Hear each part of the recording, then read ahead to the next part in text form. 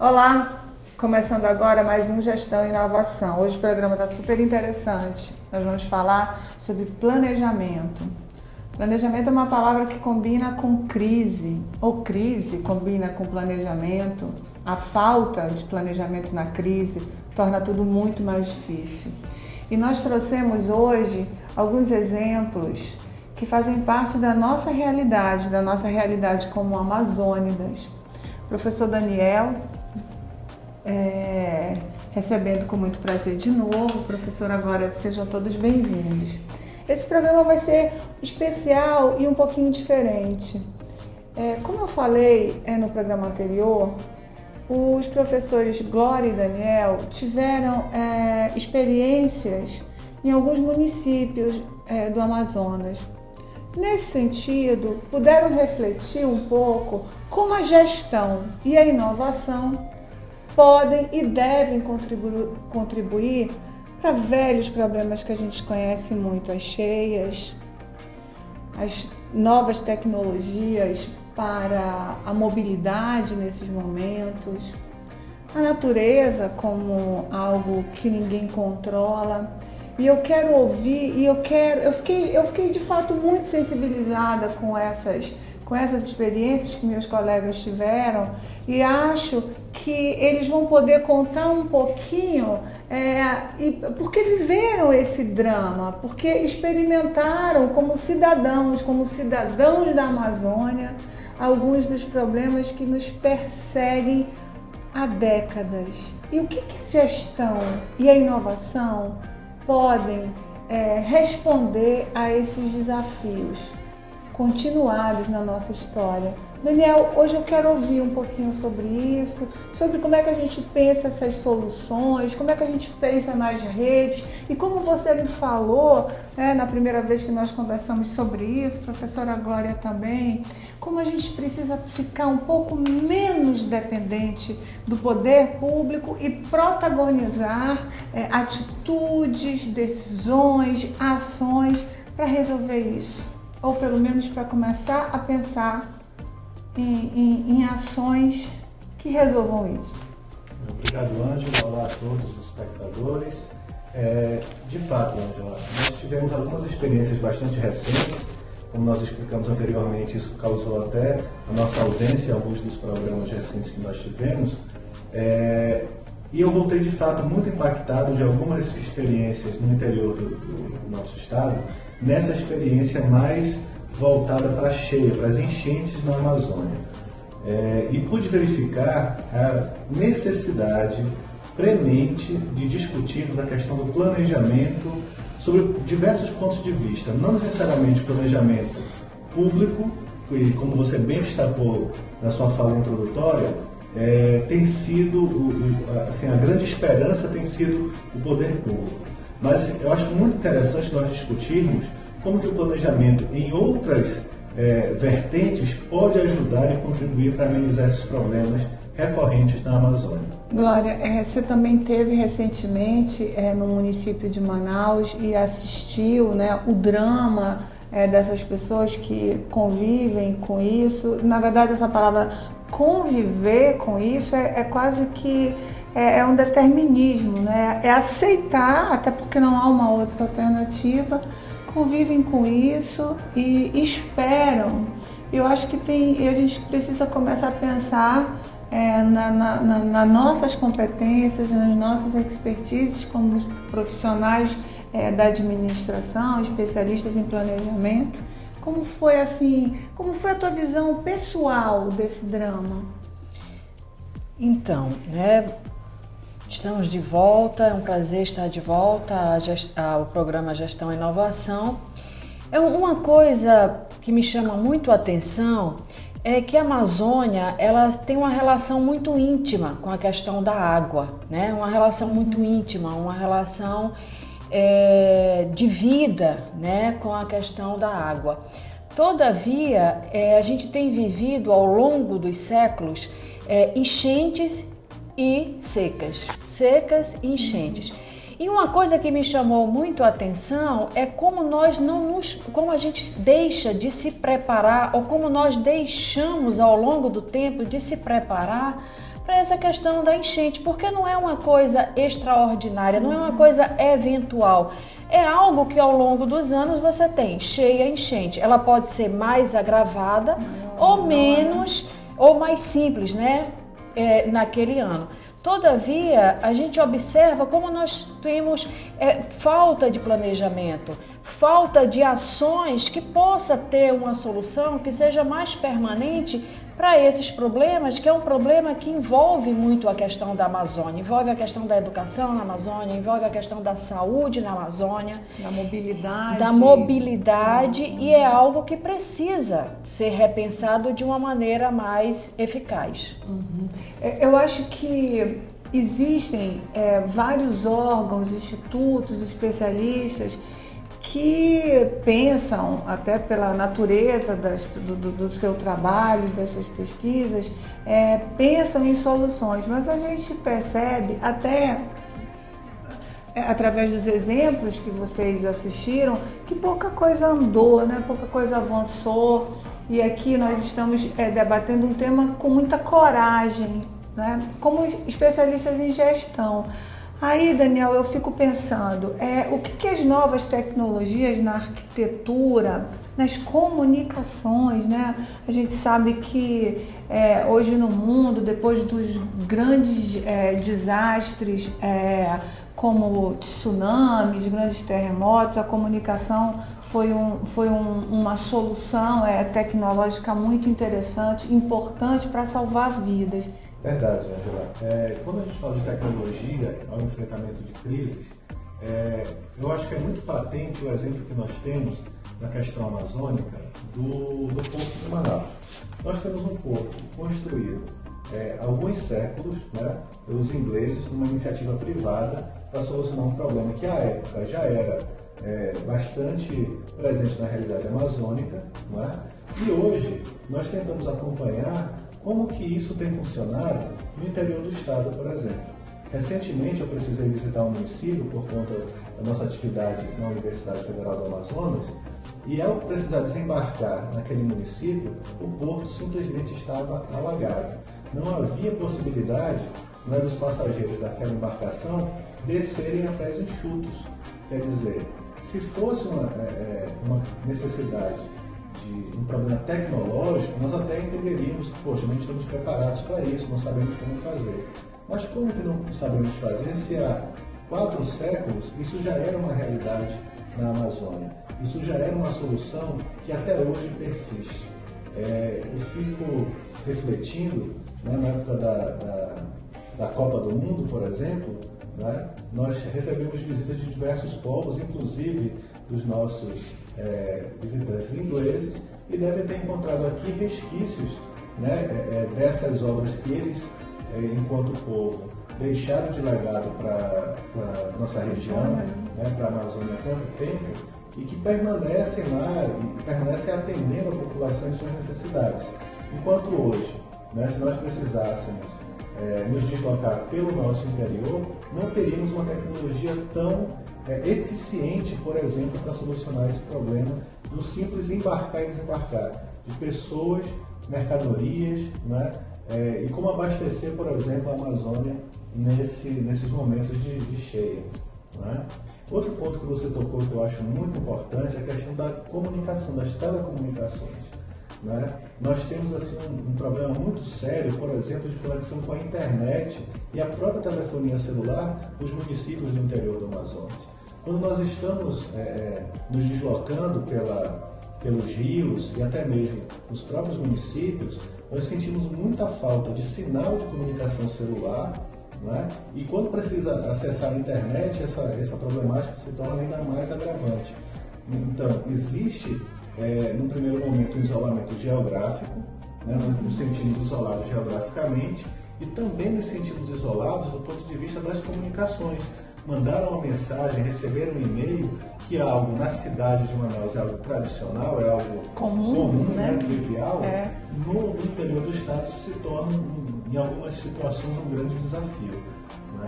Isso tem uma repercussão muito grande em diversos aspectos da vida da população ribeirinha, da população dos municípios do interior, por conta como nós já falamos, desse isolamento. Né? Isso não deixa chegar diversos conhecimentos, benefícios, vantagens, que eles precisam para enfrentar essas questões. Glória, pensando aqui no que o Daniel está falando, desse isolamento que não permite tanta coisa, não permite inclusive o aprendizado. Nós, professores nessas localidades, e nós imaginamos isso no ensino fundamental, no ensino médio, né? E no nosso caso, nos cursos universitários, que nós estamos à frente, como isso de fato isola, né? Porque o conhecimento, a educação, e através dessas novas tecnologias e mídias, se eles estão cada vez mais distantes, porque isso, a cada cheia, os danos permanecem e se tornam maiores e mais complexos, como isso os isola, inclusive do saber. Isso é uma coisa realmente triste. E o que a gente observa é que existem soluções, né? A Holanda é uma cidade, que ela é um país que fica abaixo do nível do mar. E a Holanda, há mais de 80 anos, criou um mecanismo, uma estrutura de engenharia, onde fez 32 quilômetros de um paredão, né? E esse paredão evita que o mar avance, né? E aí ela vivia sofrendo com enchentes, com inundações, pois está no nível abaixo do nível do mar. E há mais de 80 anos eles encontraram soluções fazendo esse paredão com 32 quilômetros que tem resolvido o problema. E uma coisa interessante que a gente disse, mas por que remeter à Holanda? Eu estava verificando quando você falou dos acidentes, né? Os acidentes que acontecem como furacões, tsunami. No furacão Katrina, nos Estados Unidos, houve também uma devastação com a questão do Katrina. E hoje os Estados Unidos está pegando a tecnologia desenvolvida na Holanda há 80 anos atrás, há mais de 80 anos atrás, para encontrar soluções para o que aconteceu em Nova Orleans com a questão do Katrina. Então, é uma coisa que se usa, que se aprende. Alguém desenvolveu uma tecnologia, a tecnologia funciona, né, é viável, e você busca apoio, você busca aí um benchmark com essas regiões para poder encontrar uma solução que seja mais viável. O que não pode crianças não podem ir à escola porque o rio está muito cheio, porque a escola está inundada, ou a criança não pode ir à escola porque é uma distância muito grande, o rio está seco e não tem acesso à escola, não tem como se deslocar a pé e o rio está seco, tem que andar uma longa distância porque está seco, não tem como chegar de barco. Então, essas coisas se vivencia há quantos anos na Amazônia e quantos anos mais teremos que vivenciar? E a necessidade que a gente discute na questão amazônica de termos recursos humanos preparados, de termos as pessoas da região preparadas, assumindo os cargos, discutindo ideias. Então, essas são questões que, quando a gente fala da cheia ou da seca, são questões que carecem urgentemente de soluções. E aí a gente pode remeter novamente à questão à Holanda, né, que encontrou soluções há mais de 80 anos, a questão dos Estados Unidos com o furacão Katrina, que já encontrou soluções, já tem soluções viáveis para não se abater da forma que foi abatida. Então, por que nós não podemos encontrar essas soluções, implementar essas soluções que vai facilitar a vida do amazônida, vai facilitar a vida das pessoas que moram nessa região? Agora, eu queria conversar um pouco sobre o planejamento, né? Falamos bastante sobre as crises. Eu queria que o Daniel redefinisse essa questão que estabelece uma diferença entre o que é um tsunami, um terremoto, e o que é que acontece de fato na Amazônia, de lugares que desenvolveram essas soluções e que hoje são muito menos penalizados como o nosso povo. Perfeito. Bem, eu acho que o primeiro ponto a ser discutido é que, de fato, as catástrofes ambientais, elas são imprevisíveis. Diferentemente do que a gente encontra na realidade amazônica, de que as cheias são sempre previsíveis. nós temos uma série de indicadores que apontam a cheia do rio ou a vazante do rio, que pode ser monitorada, mensurada e acompanhada para que as respostas sejam dadas de forma adequada. E é exatamente nesse ponto que nós fazemos a ponte entre a necessidade de planejar para responder às crises. Porque, de fato, o que nós encontramos, é uma noção geral, que o planejamento é como se fosse adivinhar o futuro. E, de fato, não é necessário adivinhar o futuro quando eu tenho dados, quando eu tenho informações.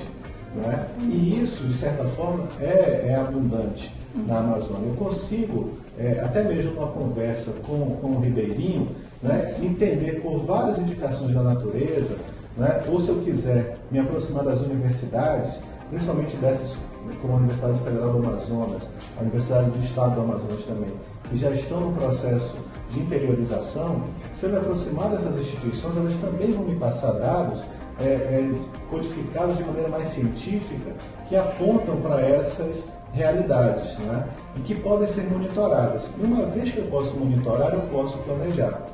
E nesse ponto é importante destacar o seguinte, que esse planejar não deve estar ancorado simplesmente na responsabilidade do setor público.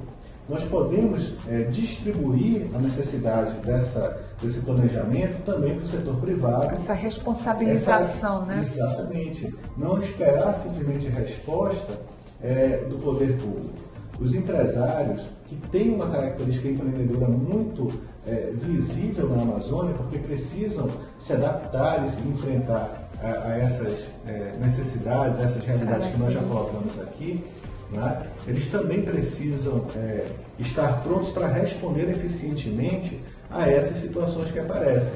Em alguns municípios que nós visitamos recentemente, o que nós observamos? As lojas, os comércios, os prestadores de serviços simplesmente inundados debaixo d'água, tendo ali o seu faturamento, a sua receita, né, o seu modo de vida de certa forma prejudicado por conta dessa, digamos, falta de se planejar e se antecipar de fato ao que está acontecendo. Então, só para reforçar, planejar não é adivinhar o futuro. Planejar é, entendendo como as coisas acontecem, a partir de métricas, indicadores, eu poder me antecipar. Histórico, né? Histórico, memória. E isso nós temos de forma abundante.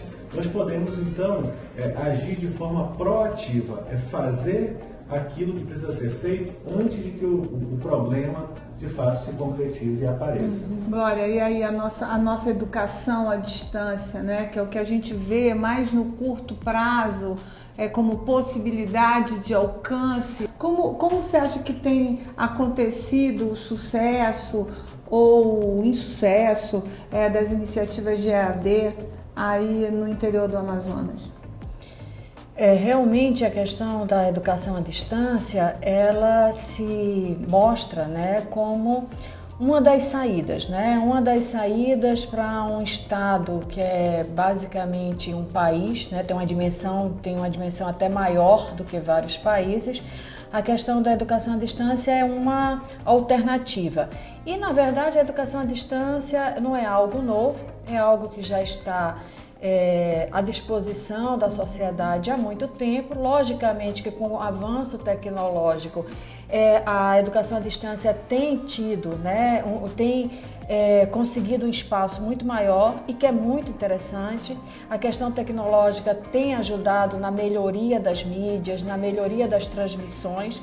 Agora, é uma verdade que a gente retorna, né, aos problemas anteriores da comunicação, como nós da Amazônia sofremos ainda com uma transmissão, com um nível de transmissão ruim, né? Porque o EAD, ele precisa depende muito da questão da internet, depende de você ter isso em uma escala bem maior e com um nível bem melhor. E isso, de uma certa forma, é um gargalo, é um problema a ser resolvido, que nós devemos nos planejar no sentido de verificar quais são as alternativas para melhorar essa ferramenta que é a EAD, que é extremamente importante, principalmente para o nosso estado. E entender uma coisa que eu acho interessante é que cada vez mais se fala que o EAD ele caminha para uma questão híbrida, né? Não só o EAD e não só o presencial, né? Mas uma junção, uma combinação de presencial e EAD, que eu acredito que é uma das soluções bem interessante, uma questão extremamente inteligente. Todas as grandes universidades do mundo estão trabalhando dessa forma e nós aqui da Amazônia precisamos incorporar essa nova sistemática, porque isso vai ajudar muito as pessoas que moram no interior, as pessoas que muitas vezes têm problemas em uma época do ano de locomoção, de você estar trabalhando com essa ferramenta de forma híbrida. Quando as condições que devem melhorar, a gente acredita que devem melhorar, não estão favoráveis, eu posso trabalhar ir na minha casa, eu posso trabalhar num local próximo à minha casa, na forma da educação à distância. Então é uma forma das pessoas estarem conectados, não se afastarem da educação, porque muitas vezes a gente até escuta assim, a criança passou 6 meses porque não tinha condições de ir à escola, porque não tinha acesso, porque não tinha como se locomover até a escola. E aí o EAD vem a trazer como uma solução para esses problemas. Eu concordo, Glória, e é esse o nosso desafio, né, como mestres, como professores, mas eu não queria terminar esse programa sem destacar um exemplo da Casa de Rodinha, né? A gente vai ter o vídeo para apresentar para vocês, dessa experiência espetacular de solução, né, de mobilidade no interior do Amazonas. Essas e tantas outras, né, Daniel? Vamos tentar fechar isso com um olhar de mais esperança, né? Eu acho que aquele empreendedor é corajoso, ambicioso e, acima de tudo, muito preocupado com a região em que ele vive, que a família e seus amigos estão. A criatividade, né, do nosso povo, ela é algo de fato louvável. O que é preciso, do meu ponto de vista, é converter essa criatividade de fato em uma inovação.